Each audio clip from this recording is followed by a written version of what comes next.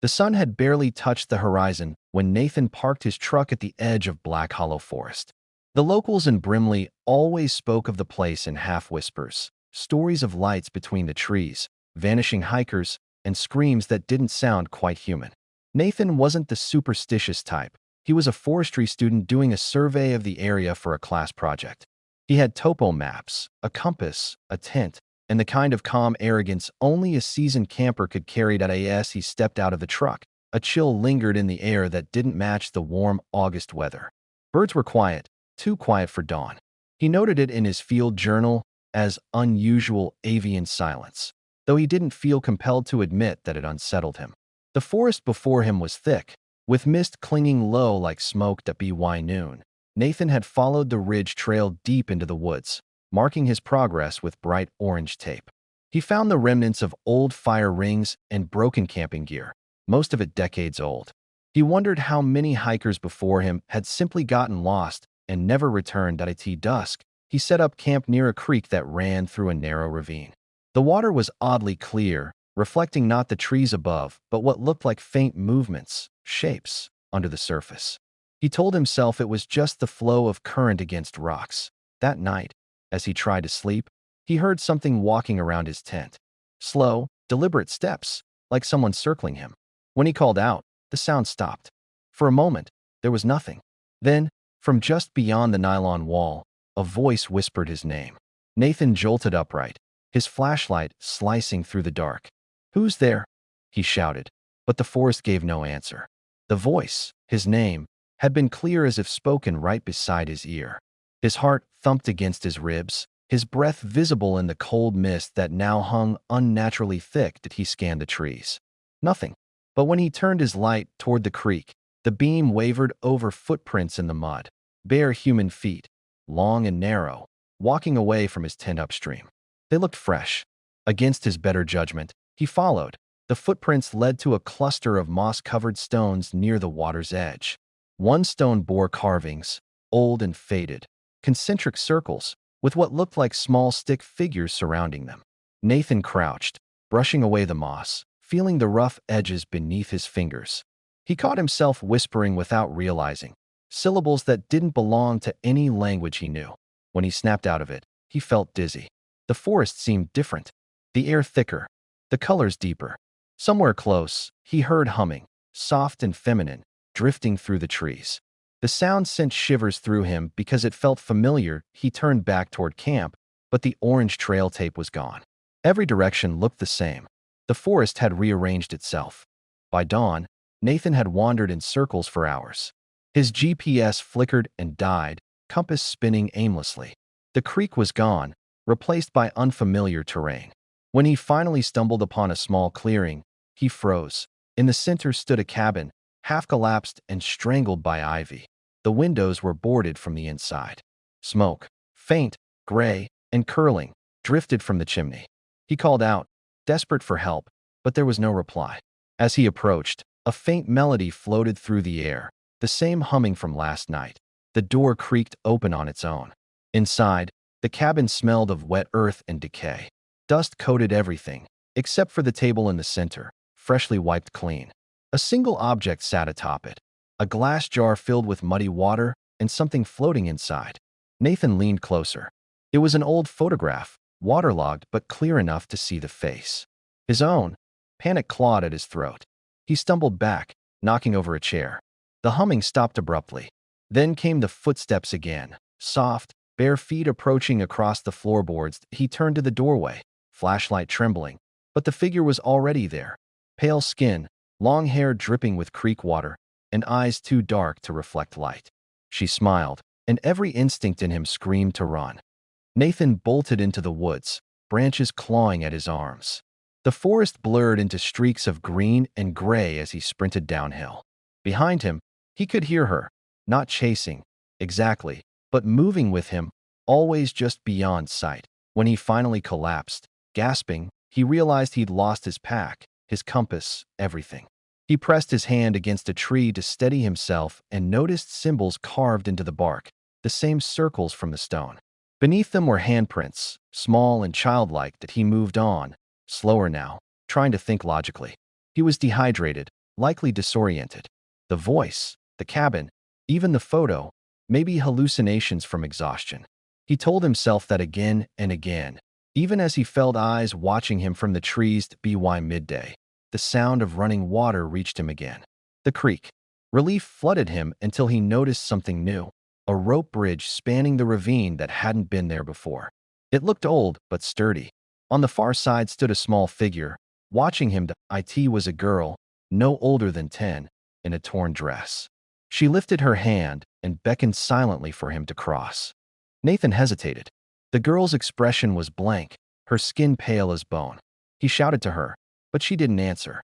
Against his better sense, he stepped onto the bridge. The wood groaned under his weight. Halfway across, he smelled something. Rot, old and sour, like wet leaves and decay. The girl vanished. One blink, and she was gone. He froze. Beneath the bridge, the water churned violently, though there was no wind. He could see faint shapes moving under the surface, dozens of them, writhing like shadows trying to reach him. That a whisper rose from below. His name again. Then another voice, deeper. A man's. "Come back," it said. "You were supposed to stay." The bridge shuddered violently, one plank snapping beneath his boot. Nathan lunged forward, barely making it to the far side. When he turned around, the bridge was gone, completely vanished as if it had never existed. Only the ravine remained. Silent and still, he sat on the ground, shaking, and realized his field journal was missing from his jacket pocket. In its place, tucked neatly in the fold, was the waterlogged photograph from the cabin. His face now blurred, the background replaced by trees that looked exactly like the ones surrounding him now. Nathan wandered until nightfall, exhaustion numbing his fear. The woods felt endless, a maze without direction. At times, he swore he saw people between the trees, silhouettes just far enough away that he couldn't make out details. They never moved, only watched. He shouted at them, pleaded for help. No response. When he approached, they vanished like mist. But the smell lingered, the same foul, wet scent from the bridge. It clung to his clothes, to the back of his throat. As darkness fell, he built a small fire using damp wood. The smoke was thin, barely rising. He tried to sleep, but whispers filled the night. Words he couldn't understand. It was like the forest itself was breathing, inhaling, exhaling. Around him, he dreamed of the creek again. But this time he was under the water. Hands held him there, dozens of them, gentle yet firm. The girl was there too, whispering something against his ear. When he woke, his clothes were soaked through as if he had actually been submerged. Then he saw it, his journal lying beside the dead fire. A new page had been added, in handwriting that wasn't his. "Stop running. We only want to bring you home." Nathan didn't remember sleeping again, but when he opened his eyes, daylight burned through the trees. He followed the faint sound of something metallic, a bell, echoing through the forest. It led him to a clearing where rusted tools and wooden signs littered the ground. He realized then where he was. The ruins of Black Hollow logging camp. The site had been abandoned in 1956 after a landslide wiped out most of the workers. Or so the records said. But someone had rebuilt part of it. Rough cabins, animal traps, and what looked like ritual circles made of bone. He stepped into one of the cabins. Inside, maps covered the walls, hand-drawn maps of the forest, marked with X's. In the corner sat a radio, its dial spinning on its own. Through the static came a voice. "Nathan," he froze. The voice was his own. "You shouldn't have come back," it said. "Now it knows your name." The radio clicked off. Outside, the wind carried laughter, children's laughter, distant but closing in. Night fell faster than it should have. Nathan followed the sound of the laughter to another ravine, deeper than before. He could see faint blue light rising from below, pulsing like a heartbeat. The air vibrated with a low hum, resonating in his chest. He climbed down carefully, each step echoing. At the bottom lay what looked like a pond, but its surface shimmered like glass. Beneath it, shapes moved, not bodies this time, but faces. Hundreds of them, watching him. Some looked terrified. Some were smiling. One of them was his own. He backed away slowly. The humming grew louder until he could barely think. Voices layered over each other, pleading, screaming, whispering. "Join us," they said. "It's not death. It's return." The ground beneath him trembled. The reflection of his face smiled back even though he wasn't. Then the surface cracked. A hand broke through, thin, pale, grasping for him. He ran. And this time, the forest itself seemed to move with him, trees bending, paths twisting, roots rising to block his way.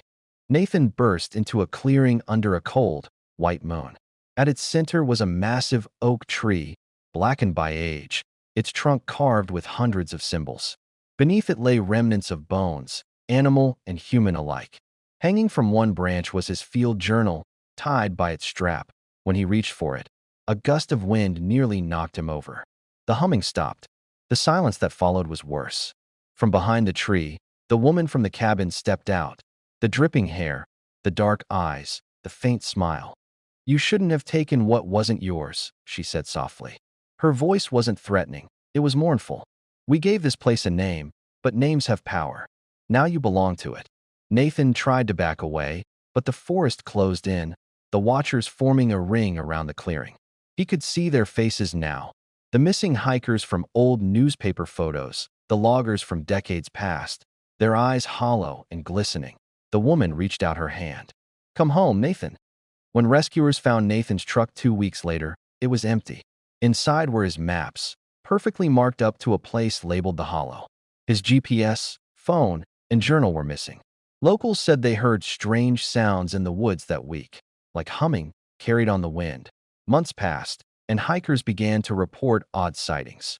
Orange trail tape tied in impossible places, and sometimes, in the distance, a man's voice calling for help. Rangers who followed the sound always returned shaken, saying the forest felt alive. Years later, a student researching Black Hollow came across a new entry in the old forestry archive. Nathan's handwriting, dated a week after his disappearance. The paper was damp, the ink smeared, but the words were clear. The forest is not empty. It remembers. No one goes near Black Hollow now. The trailhead is overgrown, the signs torn down. But sometimes, if the wind is right, you can still hear the faint sound of humming. And if you follow it long enough, you might find footprints in the mud. Bare, narrow, walking upstream. And if you listen closely, you might hear a voice whisper your name.